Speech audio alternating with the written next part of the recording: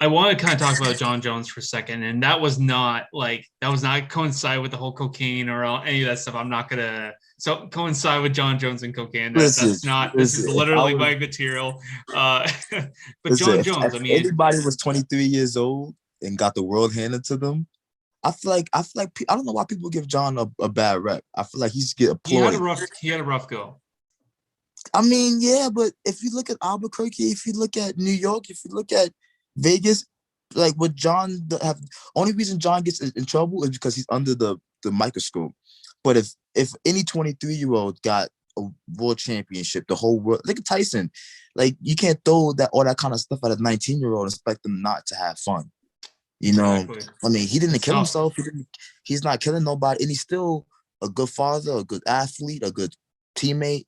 And I'm not saying that because I train with him and he's a nice person. I'm just saying that because if I was 23 years old, I probably would have, anybody probably could have done worse things. You know, it is what it is. But I feel like people are so used to throwing that out at Jon, and it's like he was 23. Like, what do you expect? He's in his 30s now. He's not doing the same stuff he was doing at 23. So I feel like, let him grow. But 100%. Yeah. But talking about a guy like Jon Jones, I mean, I know you probably heard about him wanting that heavyweight title fight. Obviously, from what I've heard, he was demanding a certain amount of money to fight Francis Ngannou.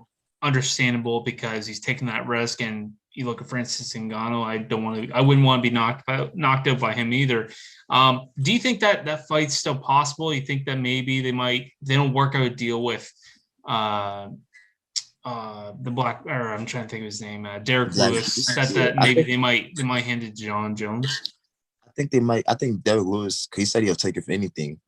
So I think Derek Lewis, he said I'll do it for the 1.2 or some shit like that million. So I think they might give the fight to Derek Lewis first, but it's undeniably Jon's gonna get that fight too. And skill for skill, you can't like really not go with Jon.